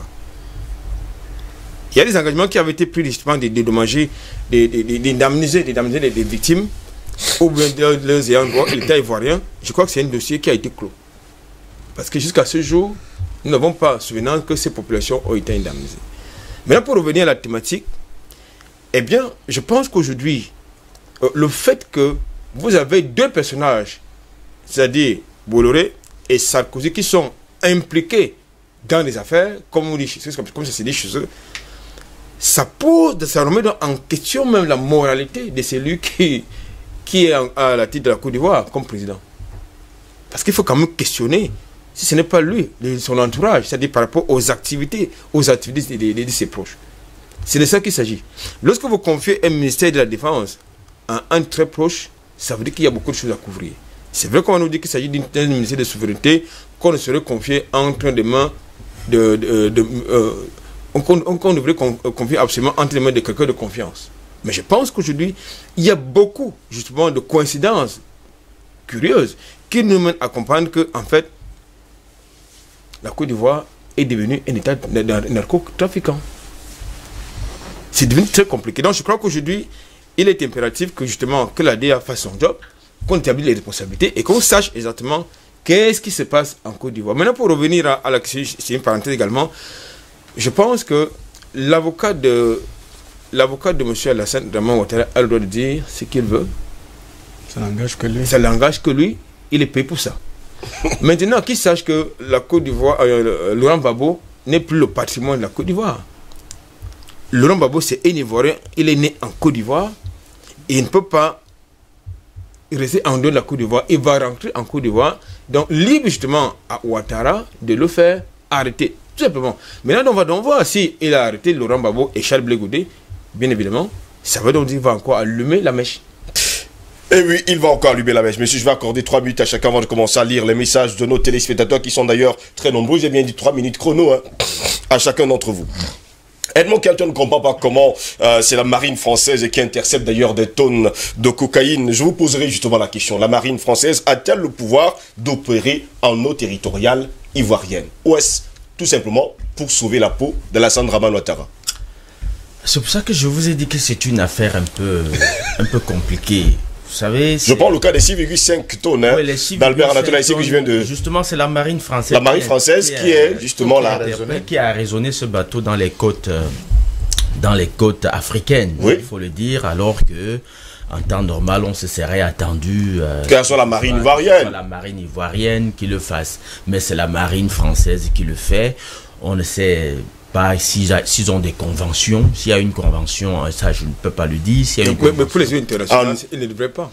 Bon, c'est pour ça que je dis est-ce qu'il y a des conventions. Les eaux territoriales non, les eaux internationales. Oui, c'est pas entre la Côte d'Ivoire et, n'est-ce pas, la France, pour une surveillance des eaux territoriales, parce que vous savez, il y a également ce pouvoir qui est donné à la DEA de pouvoir arraisonner les bateaux dans toutes les eaux territoriales. C'est ça, la DEA peut le faire de par le monde. C'est pour ça que vous voyez parfois, vous avez des documentaires où ils vont partout. Quand on leur signale qu'il y a un bateau qui transporte à son bord quelque chose, ils dépêchent des hélicoptères et puis en rappel, les gars descendent dans le bateau et puis fouillent tout le bateau. Ils ont le pouvoir de le faire. Là, ils agissent dans le cadre de conventions internationales ratifiées au niveau de l'ONU. Ratifiées au niveau de ça. Ils ont ce pouvoir de par le Conseil de sécurité. De l'ONU. Oui, oui. De l'ONU. Ils ont ce pouvoir-là. Mais la France, je n'en sais foutre rien. Qui leur a donné ce mandat, je n'en sais rien. Et donc... Parce qu'on a tendance, depuis qu'on parle justement de ce trafic de drogue du côté de la Côte d'Ivoire, c'est toujours la marine française qui intervient. Oui, c'est toujours la marine française qui Parce que dans tout ce trafic, en commençant justement de février dernier, c'était toujours la marine française. Et est-ce que ce ne serait pas une manière de tenter de brouiller les pistes ou alors de couper l'herbe au nez de la DEA pour leur dire, écoutez, nous on fait le boulot, nous en tout cas ça ne passe pas par nous, parce que ce qu'il faut savoir... C'est le procès Amadé Ourémy. Par exemple, donc... Pourquoi? Parce que je vous ai dit que la DEA a fait un rapport qui a atterri sur, n'est-ce pas, le bureau de M. Macron. Et donc, pour la DEA, il est clair que si des personnalités comme Sarkozy et Bolloré sont mêlées, ça veut dire que les services secrets français ont laissé faire. Et donc, il est possible que la France veuille dire aux Américains, écoutez, nous... En tout cas, ça ne passe pas par nous. Nous, on ne fait pas, nous, on ne peut pas laisser passer une telle affaire. Et donc, désormais, nous, on se met, on va se mettre à votre service guerre pour essayer de démanteler le réseau. Ça peut être le cas. Ça peut participer également à l'opération d'enfumage qu'ils ont commencé pour donner l'impression que voilà, nous, en tout cas, nous, on n'est pas mêlés à ce genre de choses. Donc, moi, pourquoi est-ce que la marine française va venir arraisonner des bateaux dans les eaux territoriales ivoiriennes? Non, je vais dire, il faut qu'il y ait une convention assez solide pour justifier de cela. Ce n'est pas le cas. Et donc, il n'y a que la France pour nous expliquer. Mais je vous ai dit, c'est une affaire très compliquée, vraiment compliquée. Les Africains sont souvent très naïfs. Et c'est à partir de ce moment qu'il faut que les Africains ouvrent les yeux. Faire une opération comme celle que la France a faite en Côte d'Ivoire, ça demande beaucoup d'argent. Mobiliser les hommes, les armes, parce que la France a bombardé le palais ivoirien pendant des jours, pendant des semaines. Ça demande beaucoup d'argent. On l'a déjà dit. Lorsque le F-16 part de la France pour un autre pays, c'est 2 millions d'euros par jour. Lorsque vous déplacez le F-16, qui plus est, doit lancer un missile, c'est 2 millions d'euros par jour. Payé par le pays. Payé par le pays, par le contribuable français. Et lorsque la France s'engage dans une opération comme celle-là, pendant des années, il faut savoir que l'ardoise est salée et qu'après, il faut payer. Donc quand je vois certains Africains chanter « Oh, la France est venue nous sauver », non, la France ne sauve personne. La France n'a pas vocation à sauver qui que ce soit. La France a vocation à sauver des Français. Oui. Et la France, uniquement et exclusivement. Donc, il est temps que nous partions de ces expériences-là pour dire aux Français, restez chez vous, laissez-nous nous démerder avec nos propres affaires, en tout cas nous pouvons faire sans vous. Absolument. Il est temps que nous puissions le dire aux Africains. La France n'a vocation à sauver personne. Il n'y a pas d'opération de philanthropie dans le monde. Il n'y a que des opérations mafieuses sur fond d'intérêts énormes des individus et parfois des États. Mais seulement, il n'y a que les États africains qui sortent perdants de ces histoires. Et les États qui sortent gagnants, c'est ces États impérialistes. Parce qu'à la fin, ce sont vos richesses, n'est-ce pas, qui servent de monnaie de change. C'est avec vos richesses qu'on paye à votre propre détriment. Et donc, il faut qu'on sorte, n'est-ce pas, de ces logiques-là où les gens vont partir de chez eux, mobiliser leurs militaires, leurs armements, leurs moyens financiers pour venir, soi-disant, au secours de pauvres Africains agressés par d'autres Africains. C'est terminé ces logiques-là. Il faut que les Africains ouvrent les yeux. Regardez un beau pays comme la Côte d'Ivoire, aujourd'hui devenir un hub, n'est-ce pas, pour le trafic de la drogue dans le monde. Ça fait honte. Ça fait honte. Au point où on sacrifie des vies humaines. On n'était pas obligé de tuer Ahmed Bakayoko pour ça quand même. On l'a tué. Je n'étais pas très d'accord avec lui. Je ne l'aimais pas beaucoup. De fait de sa participation à tout ce qui s'est passé à Côte d'Ivoire. Mais quand même, on ne demandait pas à ce qu'il soit sacrifié comme ça. Donc il a été sacrifié pour des raisons politiques aussi. Quand on aura l'occasion, je sais que le temps nous tient déjà, on pouvait encore rentrer dans les profondeurs. Allez, on vous suit. Vous compreniez pourquoi est-ce que le 5 janvier, on a reporté, n'est-ce pas, les cérémonies de présentation de vœux en Côte d'Ivoire, et que vous allez savoir que le 8 janvier, n'est-ce pas, 2021, lorsqu'on convoque M. Ahmed Bakayoko en présence de beaucoup de dignitaires, n'est-ce pas, à la présidence ivoirienne, c'est après cela, c'est pour lui dire effectivement, on lui a déroulé, on lui a montré les écoutes, on a déroulé toutes les preuves qu'il se préparait un coup, un renversement, n'est-ce pas, des institutions, avec à la tête Ahmed Bakayoko. Et c'est à partir de là, quand Ahmed Bakayoko est rentré de la présidence le 8 janvier, il a commencé à se plaindre qu'il n'avait plus de juge, qu'il ne se sentait pas bien. Et c'était parti comme ça jusqu'à ce qu'il soit mort. Et donc, nous disons qu'il faut que ça s'arrête. Il faut arrêter de sacrifier les gens, de tuer les gens comme ça, de passer les gens comme des, je vais dire, comme des poissons à la braise. Non, c'est trop facile ça, il faut arrêter ça. Et donc, nous disons que quand vous voyez des gens comme Sarkozy, comme Bolloré, les Africains qui continuent de croire que ce sont des messies venus nous sauver, parce que j'ai vu beaucoup d'Africains danser, beaucoup d'Ivoiriens, en tout cas ceux les plus naïfs, danser. Oh, Sarkozy nous a sauvés, il a chassé Gbagbo, c'est bien beau. Mais regardez ce que le pays devient aujourd'hui. Ironie du sort, lorsque M. Sarkozy va en prison, quelqu'un leur a rappelé pour 1 an, M. Gbagbo sort de prison, M. Blé Goudé sort de prison. Je crois que le prochain qui doit aller en prison, et j'insiste là-dessus, c'est M. Ouattara. Il doit suivre son mentor Sarkozy en prison. Et j'attends ça de pied ferme. Patient Parfum d'Homme, je reviens à vous. À un moment donné, les Africains sont finalement en danger quand on sait pertinemment que les ports africains sont entre les mains de Bolloré. Les armes peuvent y entrer et surtout, les pays peuvent devenir justement des hubs de drogue, comme c'est le cas aujourd'hui en Côte d'Ivoire. Vous savez, sur vos plateaux, j'ai l'habitude de dire à tous ceux qui veulent des changements politiques en Afrique, qu'il ne faut pas qu'on se limite seulement aux questions de la forme de l'État, qui sont importantes. Oui. Pour essayer d'apaiser les tensions au sein d'un même État. Mais il faut surtout qu'on s'attaque à la question de la nature de nos États. Surtout nous qui sommes dans le prétendu précaré français. Parce que c'est seulement quand on sera capable de s'attaquer à cette question de la nature de l'État, pour enfin faire de nous de véritables États souverains, qu'on pourra légèrement se mettre à l'abri de ces questions-là, comme les prédations sur des activités, j'allais dire, des pôles stratégiques pour la sécurité et le développement d'un pays, comme c'est le cas du port. Mais regardez, vous savez qui donne les chiffres. Depuis que M. Bolloré est parti, par exemple, le port de Douala, et que le port est revenu du point de vue du management dans des scarcelles des nationaux, vous voyez la différence. Les recettes portuaires ont explosé. Triplé. Ils ont explosé. Monsieur Cyrus Ngo, est-ce qu'il fait la magie?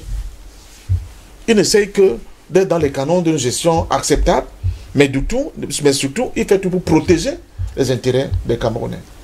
Et pour ça, on tient à le féliciter.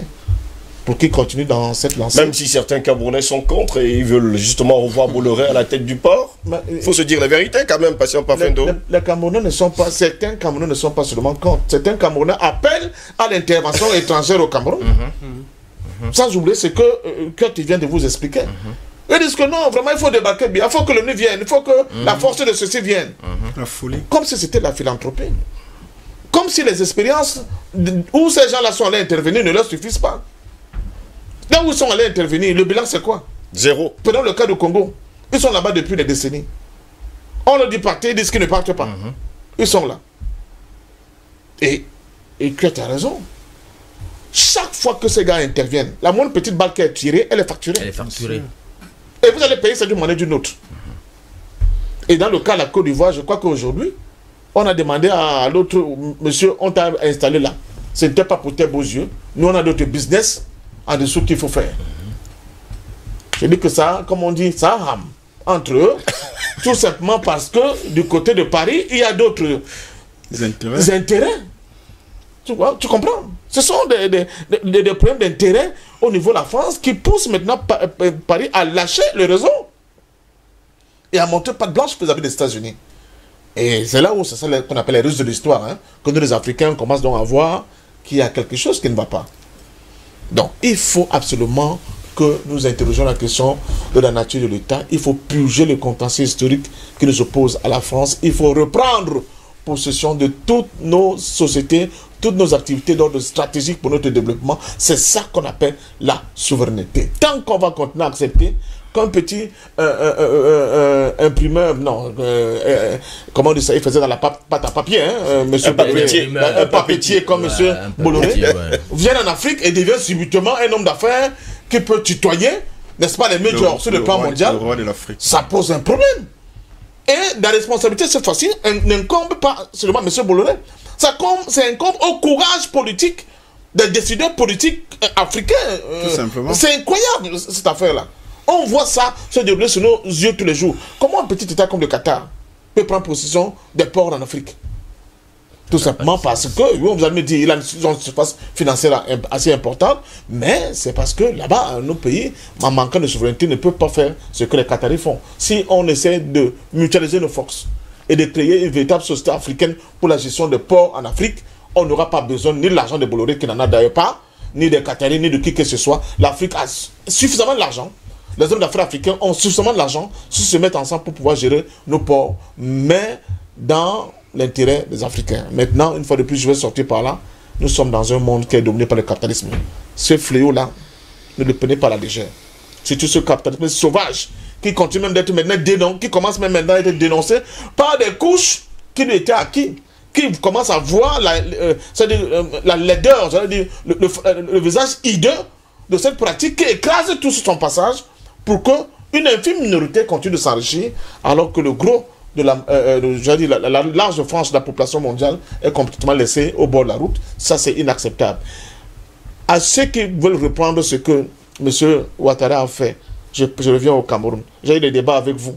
Je vais donner l'exemple de l'honorable Nietzsche avec qui j'ai des débats. Radio Veritas, je reprends à Mondiovision, qui disait que non, Ouattara c'est une chance pour l'Afrique et que Barbeau c'est un petit salopard qui doit aller en prison et que de toute façon la CPLA elle attend. J'ai dit, vous êtes... La maladie infantile des opposants camerounais, il faut qu'ils fassent attention. Parce que ce qui se passe ailleurs, là, à force d'encourager les gens d'aller dans ce sens, surtout la jeunesse, comme je l'ai dit, qui est totalement analphabète politiquement parlant, et qui a cru subitement que la politique a commencé en 2018 au Cameroun, faites attention, parce que vous allez induire les enfants de truer en erreur, un jour peut-être par un coup d'inattention, de manque de vigilance, ils peuvent arriver au pouvoir, qu'on va arriver au pouvoir, et nous ramener des gamelles puantes comme ce que nous voyons aujourd'hui en Côte d'Ivoire avec cette affaire de la cocaïne. Mais je vous invite à aller maintenant à Abidjan, hein, parce que les lots de cocaïne qui ont été attrapés, pas à raisonner, mais qui étaient déjà sur le territoire ivoirien, c'est ce qu'on en a fait. On les a détruits en les brûlant. Et vous imaginez, Non, pas la pollution, ça c'est que dans l'air. Même les boucs sont devenus... Tout le monde est dopé là-bas. Tout le monde était vraiment... Je peux comprendre peut-être l'annonce de cet avocat de M. Ouattara. Peut-être que lui, il était connu d'être... On vous comprend pas. Dans les vapes, on sourit, mais c'est vraiment pour tous. Très sérieux. Pendant ce temps qu'attend la DEA justement pour ouvrir ce dossier, sachant que Bolloré et surtout Sarkozy sont impliqués, sans oublier bien sûr Fatou Bensouda et son mari. Va-t-on dire aujourd'hui que la DEA va mettre de côté cette affaire et continuer le business comme c'était prévu depuis longtemps?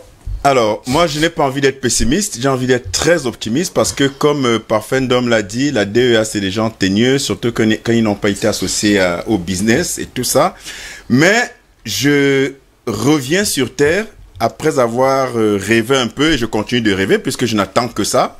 Edmond Kouyaté a parlé de la responsabilité directe et difficilement camouflable d'Alassane Ouattara parce que c'est tellement pertinent ce qu'il dit, c'est-à-dire que vous ne pouvez pas être un collaborateur et organiser avec les appareils de l'État, avec tout ce que ça comporte, sans qu'à la tête on ne soit au courant. Et on comprend très bien pourquoi M. Alassane Ouattara fait le nettoyage autour de lui et qu'il reste, il s'est maintenu. Parce que quand vous vous maintenez, regardez, si on vous demande de partir de chez vous par Fendom, je ne sais pas, pour X raisons, et que vous-même vous avez consenti à partir, à un moment donné, vous êtes déjà en train d'ouvrir la porte. Mais vous vous rappelez qu'il y a des choses que vous n'avez pas nettoyées sous votre lit. Vous allez dire non, donnez-moi encore une semaine, pardon. Vous allez essayer de nettoyer. C'est exactement ce qui se passe avec Alassane Ouattara. Donc, il s'est maintenu au pouvoir pour essayer de nettoyer tout ça. Et on voit bien de quelle manière il a nettoyé tout ça. Et c'est de faire passer des vies comme ça à trépas. Non, c'est la haute mafia. Je rejoins mon grand frère et Parfendom. Le monde est un monde de violence. C'est la pègre qui gouverne le monde. Tous ces gens qui parlent de droits de l'homme, d'équité, de justice, c'est des voyous qui en réalité parlent des droits de l'homme pour eux. C'est les droits de l'homme là, c'est pour eux.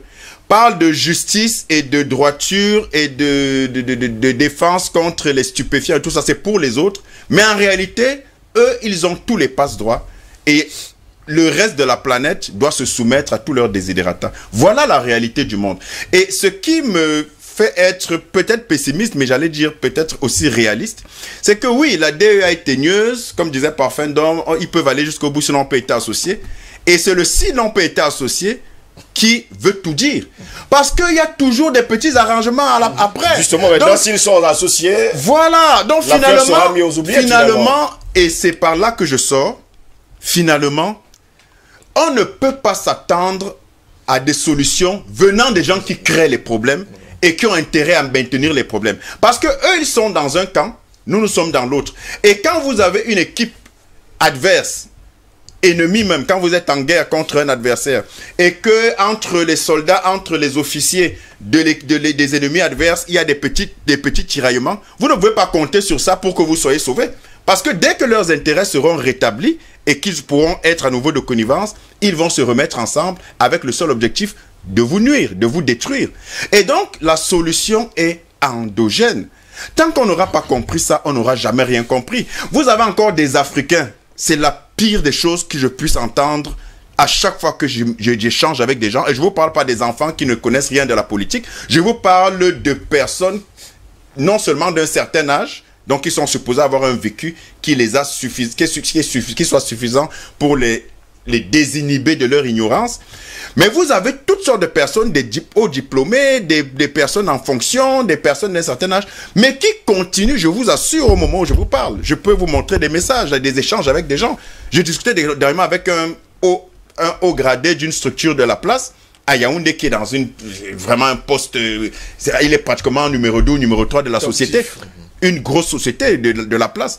Mais je vous assure, l'échange que j'ai avec lui justement sur la liberté de l'Afrique, sur l'autonomisation, un aîné, hein, il a la cinquantaine de très loin. Et je vous assure, vous vous demandez si vous lisez bien ou bien c'est vraiment, parce que je le connais depuis au moins 20 ans. Et vous entendez le raisonnement du monsieur. Il me dit non, les Africains sont des malhonnêtes.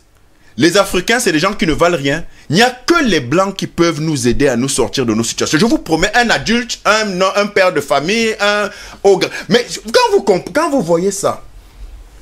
voyez ça, mais c'est dégoûtant.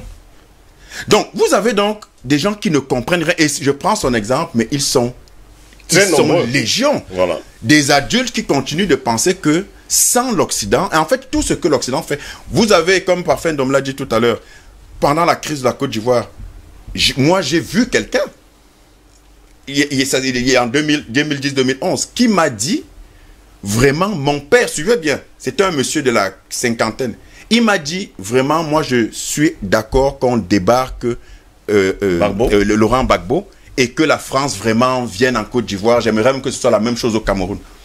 Et je lui dis, mais comment tu peux dire ça? Qu'est-ce que tu fais de la souveraineté de l'Afrique? Tous nos patriotes, nos combattants, nos indépendantistes qui sont morts pour notre cause. Vous savez ce qu'il me répond? Et je termine par là parce que ça va laisser méditer beaucoup.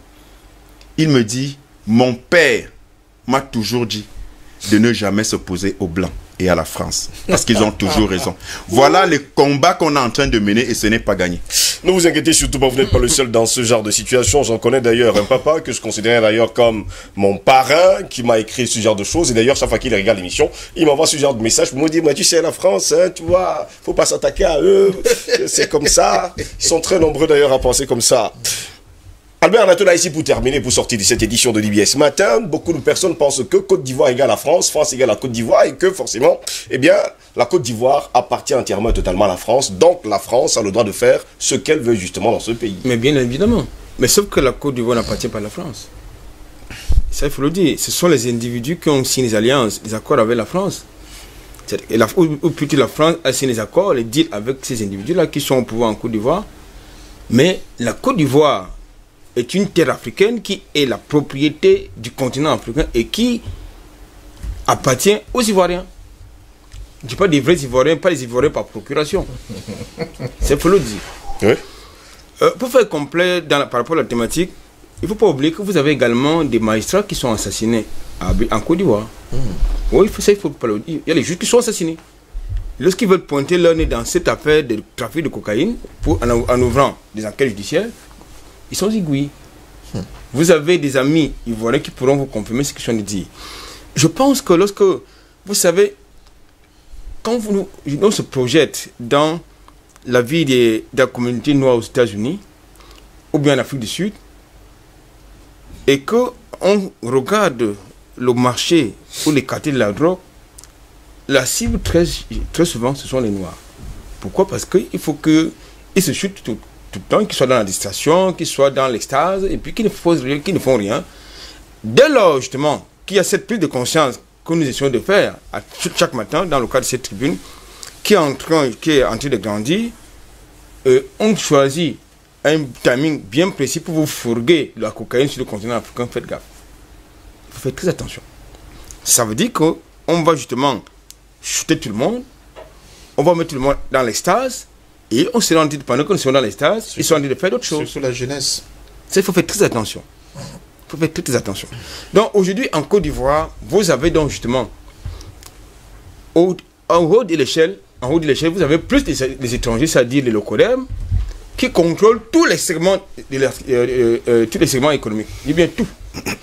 Que ce soit au niveau de l'énergie, communication, médias, transport, tout ce que vous voulez, ce sont les étrangers. Les Ivoiriens, ils ont très peu de chance. Même quand ils ont les moyens de pouvoir faire quelque chose pour leur pays, c'est pas possible. Je prends le cas de ce monsieur de site ivoirien qui est venu ouvrir une usine de transformation du cacao au Cameroun. Je parle de Alanti Coco. C'était l'Ivoirien qui a tenté ce projet en Côte d'Ivoire. Ça lui a été refusé par Ouattara, au profit justement des Français, conduits et amenés par le fils de son épouse Dominique. Voilà la Côte d'Ivoire, que c'était un peu la Côte d'Ivoire alternative. C'est le problème, c'est une réalité.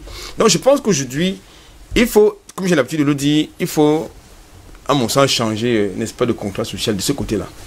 Le contrat social, ça implique également le changement de régime. Il faut que ces gens-là partent et que les véritables Ivoiriens viennent travailler pour leur pays. Et je crois que c'est ce projet qui a été porté par M. Babou, malheureusement, qui a été déporté à la communauté internationale, oui, pour justement des choses qu'il ne reconnaît pas, pour les choses qu'il ne reconnaît pas, pour les crimes qu'il n'a pas commis. Je suis désolé pour les Ivoiriens qui pensent que Babou est responsable des crimes, que France 24 et RFI leur ont filé comme information. Non, leur ont attribué. Non. Babou n'est pas responsable de ce qui s'est passé en Côte d'Ivoire. Le seul responsable de ce qui s'est passé en Côte d'Ivoire et qui se passe encore actuellement en Côte d'Ivoire, c'est la France. J'ai eu à le dire dans le cadre de notre émission que si les Locodem n'étaient pas venus en Côte d'Ivoire, la Côte d'Ivoire serait un pays paisible, tranquille. Aujourd'hui, Sarkozy est venu mettre le bordel. On a chassé Laurent Gbagbo, il a mis Ouattara. Maintenant, Sarkozy, c'est lui le maître, le master of ceremony qui vient faire justement ses affaires en Côte d'Ivoire avec Fatou Bensouda et son mari. Donc je pense qu'aujourd'hui, il va falloir que s'il y a une justice, la vraie, pas celle des hommes là, les corrompus, s'il y a une vraie justice, à un moment donné, il va falloir sortir véritablement les cadavres des placards. À mon sens. Donc pour conclure et pour terminer, je crois qu'il est important que la jeunesse ivoirienne fasse très attention. Parce que la drogue, la cocaïne et les armes, parce que nous mettons sur la table la drogue, mais on ne sait pas, parce que tout à l'heure je parle des armes qui circulaient au Cameroun via les conteneurs de Bolloré. Donc il faut faire également très attention que ce trafic d'armes prospère également de ce côté-là. Merci beaucoup Albert Anatola ici. Messieurs, permettez-moi de lire 2 ou 3 messages avant de se séparer. Bonjour de palais Steve. Les zones d'ombre et la vraie face de Sarkozy et sa bande de voyous seront mises à nu. Steve, rendez-vous dans quelques jours après le retour du Laurent Gbagbo. Vous verrez le vrai visage des Ivoiriens et cette affaire de cocaïne ne devrait pas vous étonner car le coup était préparé depuis 2002. Il fallait que chez nous à tout prix. Il y a tous les coups Gbagbo pour fluidifier leurs intérêts. Mais Steve, la vérité et la libération du continent sera sur place et non en Europe. Le continent sera bientôt libre sans les endocolons. Ignacio Renaud de Pundogbong nous a écrit ce matin. Bonjour monsieur, ainsi que les panélistes, sans oublier mon oncle. Pour moi, Blaise Compaoré, quand il était au pouvoir, le Burkina Faso, la drogue traversait le Burkina pour le Mali pour alimenter les terroristes. Blaise Compaoré est en Côte d'Ivoire et voilà la drogue qui se vend à Abidjan. Merci, bon débat, c'est Eboa Karl qui vous dit d'ailleurs bonjour. Même au Burkina Faso, la drogue se vend, les traces restent en Afrique de l'Ouest, les gens vivent de ça. C'est Eboa Karl qui continue d'ailleurs de l'écrire ce matin. Salut le panel ce matin, salut également à vous qui n'avez pas laissé de nom. Quelqu'un nous a envoyé justement la grande une de Marianne, le voyou de la République. Voilà, il y en avait plusieurs. Il y en avait plusieurs et j'ai parlé justement. L'Express avait repris la une de Marianne en termes de commentaires. En termes de commentaires. C'est Marianne qui l'avait dit. Bonjour à tout le plateau, que l'Éternel vous protège contre les malfaiteurs de l'intérieur et de l'extérieur. C'est Aliou via Bamako au Mali qui nous écrit d'ailleurs ce matin. Ils sont nombreux de nous écrire de Bamako au Mali. Bonjour, la pleine forme ce matin, la maisonnée. C'est quelqu'un qui nous écrit depuis le Bénin ce matin. Bonjour à tous les panélistes. Le trafic de drogue en Côte d'Ivoire n'est que la partie visible de ce qui se passe dans le monde. Le général Noriega n'a pas voulu marcher selon les plans de Washington. On lui a collé comme motif le trafic de drogue. La DEA n'arrête que des petits poissons car la CIA est le grand trafiquant de drogue dans le monde où bon nombre des présidents américains perçoivent un pourcentage de l'affaire. Même au Mexique, le cartel Solano a conclu un deal avec la famille Bush où il fallait éliminer les autres concurrents. La CIA faisait transporter des pavots via les avions de l'US Air Force pour l'Europe et de l'Est pour les traiter. Mes grands frères, vous comprenez pourquoi la lutte du trafic dans le monde relève même des secrets d'État. Donc c'est la danse Bafia, c'est Eric Freeman du marché de Passy. On va pas également oublier que sous Bill Clinton, il y avait également cette affaire du côté des États-Unis où on nous faisait comprendre que, eh bien, c'était les avions américains surtout qui transportaient cette drogue. Steve Ngos et son panel, bonjour, je m'excuse d'être hors sujet ce matin, juste pour vous dire que le feuilleton de Fifinda continue. Après les instructions fermes de monsieur le prophète de l'océan de libérer Zamborimi et son frère Malé, le chef du village, monsieur Mbiamama, a saisi madame le commandant de brigade de Fifinda pour interposer contre tous les jeunes du village dans le but de les museler. La raison, l'étau est en train de se resserrer autour du chef et de ses acolytes, monsieur Otoa Ifoulan de Yaoundé. Pour la petite histoire, le chef de village de Fifinda 2 a vendu plus de 2000 hectares de terrain de manière absolument illégale. Ne vous inquiétez pas, nous sommes en train d'enquêter sur cette affaire. Bonjour Monsieur Ngos, à votre équipe et à vos invités, tout simplement vous dire merci pour votre persévérance, force et courage, que Dieu et nos ancêtres vous bénissent et vous protègent pour votre travail d'éveil de conscience pour le peuple africain du monde entier. Banda Padavid qui nous écrit depuis quand? C'est en France. Bonjour Monsieur Ngossi, à tous vos panélistes, un salut particulier à mon grand frère que j'ai suivi hier soir dans un autre média sur la même thématique. Heureusement qu'on ne parle pas du tribunal d'opinion sur DBS. Je sais que mon grand frère saura de qui je parle. Bonne journée, c'est Moto qui écrit depuis la Suisse. Et d'ailleurs, il met en étoile mon grand frère Parfum d'Homme. On vous a dit. Bonjour DBS, bonjour spécial à QAT, toujours pertinent dans ses arguments. C'est Frédéric depuis Garoua. Merci de m'ajouter sur votre groupe WhatsApp. Merci également à vous de nous avoir écrit. Bonjour à tout le panel et grand merci à tous les vrais panafricanistes de notre belle Afrique. Je voudrais, s'il vous plaît, Monsieur Ngo, suggérer 3 doléances, si vous me permettez. La première est que je voudrais bien que vous mettez en relation avec le panafricaniste de nos pays, si possible. D'accord. La seconde est que je voudrais que vous débattiez un jour sur l'alternance dans nos pays. Ça c'est déjà fait. Parce qu'il faudrait bien que la jeunesse comprenne le bien fondé de l'alternance. On en a déjà fait, mais on va y revenir d'ailleurs dessus. Je pense notamment à mon pays, le Togo, le Cameroun, la Guinée équatoriale et j'en passe. Et la troisième est que vous débattez sur ces chefs d'État qui font tout pour que le pouvoir soit un bien familial, comme si nous étions encore dans des empires ou royaumes. Bonjour en passant mon héros, Monsieur Polela, sans oublier vous et le panel de ce matin. Le meilleur reste à venir. Bonne émission, c'est Zik Balaïs Trésor depuis Lomé au Togo. Quand on parle de ces présidents qui laissent leurs enfants au pouvoir, on vous comprend, vous qui nous écrivez depuis le Togo. Ne vous inquiétez surtout pas. Le pouvoir héréditaire. Oui. Bonjour DBS, ce matin et toute la famille des techniciens, aux panélistes sur le thème, n'oubliez pas qu'ils ont toujours 3 coups d'avance et que s'ils sacrifient la Côte d'Ivoire aux médias, c'est qu'ils ont déjà accès à d'autres ports. La résolution de justice politique, oui, mais ne cédons pas à ce jeu de dupes. Beaucoup de courage et force à vous. C'est Kwame, depuis la Nouvelle-Calédonie, qui nous a également écrit ce matin. Vous êtes très nombreux à nous écrire, mais on ne pourra pas lire tous vos messages. Patient Parfait d'Homme, c'est ici que va s'achever cette autre édition de DBS Matin. Merci d'avoir été des nôtres. Merci. Edmond Kurt, merci d'avoir été là. C'est moi qui vous dis merci. J'espère qu'on se reverra demain. Certainement, ouais. Non, non, faut le dire au... Demain. Demain. Mais toi, tu peux prendre des engagements comme Oui, ça, sous la pression. Hein, ouais. Ça, c'est l'extorsion de consentement. C'est un problème. Quand il faudra te mettre un solo, est-ce qu'il faut... Albert Latola ici, merci d'avoir été là ce matin. Ça fait un plaisir. Paul est là, merci également à vous d'avoir été là ce matin. Merci, pensons par nous-mêmes et arrêtons de répondre aux sirènes de l'extérieur. Messieurs, mesdames, c'est ici que va s'achever cette autre édition de DBS Matin, la deuxième du genre de cette semaine. Au plaisir de vous retrouver demain. Merci à toute l'équipe technique. Merci à tous les caméramans. Merci à la direction générale. Au plaisir de vous retrouver demain pour une nouvelle édition. N'oubliez pas, comme le déclarait Wilford Poincaré, eh bien, il faut rire sans être content de rire, de peur de mourir sans avoir ri. Bonne journée à toutes et à tous et à demain, s'il plaît à Dieu. Au revoir.